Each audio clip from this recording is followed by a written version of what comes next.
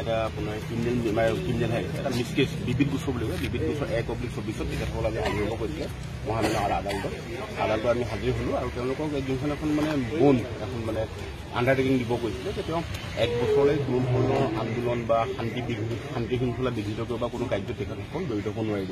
আমি যেতিয়া আজি আদালতত হাজিৰ হ'লোঁ, আদালতত হাজিৰ হৈ পেলাই ক'লোঁ যিহেতু আমাৰ ওপৰত অভিযোগ আছে, আমি অভিযোগটোৰ বিষয়ে কিন্তু একো গম নাপাওঁ। আমাৰ ওপৰত কোনে অভিযোগ দিছে, কি লিখিছে অভিযোগটো, সেই তাৰ প্ৰতিলিপি যিহেতু আমি পোৱা নাই, সেই প্ৰতিলিপি নোপোৱাকৈ আমি আমাৰ অভিযোগটোৰ ওপৰত আমি আমাৰ ভাৰ্চনটো বা আমাৰ ভাষ্যখিনি আমি দাঙি দিব নোৱাৰিম।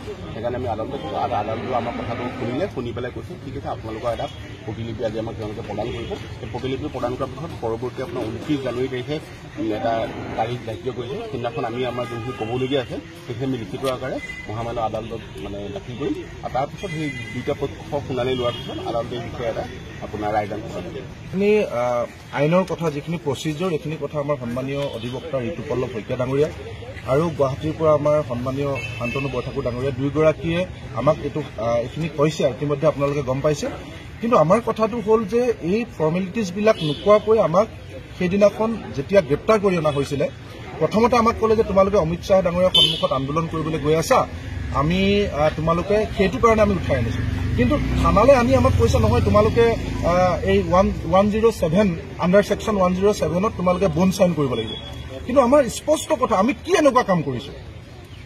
যদি কোনোবাই সাম্প্ৰদায়িক মন্তব্য দিছে বিজেপি RSSে দিছে, যদি সাম্প্ৰদায়িক উচতনিমূলক মন্তব্য দিছে আজমলে মুখ খুলিলে সাম্প্ৰদায়িক বিষবাস্প বিয়পায়, হিমন্ত বিশ্ব শৰ্মাই মুখ খুলিলে সাম্প্ৰদায়িক কথা কয়, তেওঁলোকেহে কয়, আমিতো নকৰোঁ। আমি ক'ৰবাত কোনোবাই প্ৰমাণ কৰিব পাৰিব নেকি আমি সাম্প্ৰদায়িক কথা কৈছো বুলি? আমি মাত মাতো। ক'ত মাত মাতো? অসমে বিদেশীৰ বুজা নলয়। আমি মাত মাতিছো অসমৰ যুৱকক এনকাউণ্টাৰ কৰা হৈছে সন্দেহৰ ভিত্তিত, এটা জীৱন ধ্বংস কৰি দিয়া হৈছে, তাত মাত মাতিছো। অসমৰ থলুৱা মানুহৰ মাটি কাঢ়ি লৈ শিলহাকুকে ধৰি অসমৰ বিভিন্ন জেগাত অমৃত শ্বাহৰ পুতেকক মাটি দি দিয়া হৈছে, অশোক সিংহালৰ পুতেকে ফ্লেট বনাইছে, সেইবিলাক কথা মাত মাতিমেই। এতিয়া সেই কথা বতৰাবিলাকত আমি ভৱিষ্যতে মাত মাতিব নোৱাৰো, তাৰ কাৰণে 1 বছৰ আমাৰ মুখ বন্ধ কৰিবৰ কাৰণে বন্দত চহী কৰাব বিচৰা হৈছে। আমি থানাতো কৈছো, এতিয়া দণ্ডাধীশৰ সন্মুখতো কৈছো, আদালততো কম, পৃথিৱীৰ য'তে নিয়ে ততে কম, আমি এই বন্দত চহী নকৰো। এই অভিসন্ধিমূলক আমাৰ মুখ বন্ধ কৰিব বিচৰা হৈছে। এইটো আমি কেতিয়াও নামানো। আমাৰ এইটো গণতান্ত্ৰিক অধিকাৰ, আমাক সংবিধানে দিছে, আমাৰ বাক স্বাধীনতা দিছে, আমি মাত মাতিছো। আমি ক'ত ভুল কৰিছো? আমি যদি মানুহৰ অসমৰ জাতিৰ কাৰণে মাত মাতি যদি ভুল হয় আমাক মাৰি দিয়ক, আমাক চিৰদিনৰ কাৰণে জেলত দিয়ক।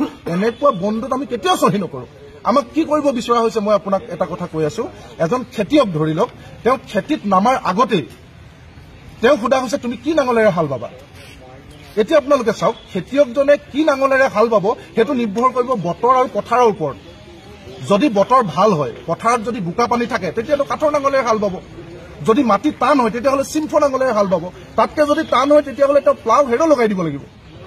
কাৰণ তেওঁ আমাৰ ঠিক একেই চৰকাৰৰ এটিটিউডৰ ওপৰত, চৰকাৰে ৰাইজৰ ওপৰত নিৰ্ধাৰণ কৰা নীতিৰ ওপৰত নিৰ্ভৰ কৰিব আমাৰ আন্দোলন কেনেকুৱা হ'ব। গতিকে যদি আমি আন্দোলন কৰিব নালাগে, যদি আমি তীব্ৰতৰ কৰিব নালাগে আন্দোলন, তেতিয়াহ'লে তেওঁলোকে ৰাইজৰ কাম কৰি দিয়ক, কাৰণ আনো বুলি কৈ দিয়ক। তেওঁলোকে কৈ দিয়ক যে আমি এনকাউণ্টাৰ নকৰোঁ, যিবিলাক ভুলতে এনকাউণ্টাৰ হ'ল তেওঁলোকৰ পৰিয়ালবিলাকক আমি ন্যায় দিম। তেওঁলোকে কৈ দিয়ক যে থলুৱা মানুহক মাটি অধিকাৰ দিম। সেইবিলাক কথা কৰক, তেতিয়া আমি আন্দোলন নকৰোঁ। আৰু যেতিয়ালৈকে অন্যায় হ'ব আমি ডেফিনেটলি আন্দোলন কৰিম। এইটো আমাক কোনো শক্তিয়ে বাধা দিব নোৱাৰে। সেইটোৱে কথা। আমি বন্দত চাইন নকৰোঁ। দণ্ডাধীশগৰাকীয়ে অপক্ৰিয়াকৈ আমাক কৈছে যে তোমালোকে বন্দত চহী কৰি দিয়া, এইটো ইমান লাফৰাত যাব নালাগে, কিন্তু আমাক কোনো শক্তিয়ে নোৱাৰে। আমি চৰকাৰৰ ইণ্টেনশ্যন ভালকে জানো, আমাক কেনেকৈ ভৰি হাত বান্ধিব বিচৰা হৈছে, কোনো শক্তিয়ে আমাক নোৱাৰে। আমি কেতিয়াও এই বন্দত চহী নকৰোঁ। লাগিলে আমাৰ মৃত্যুৱে শ্ৰেষ্ঠ হওক, আমি চহী নকৰোঁ।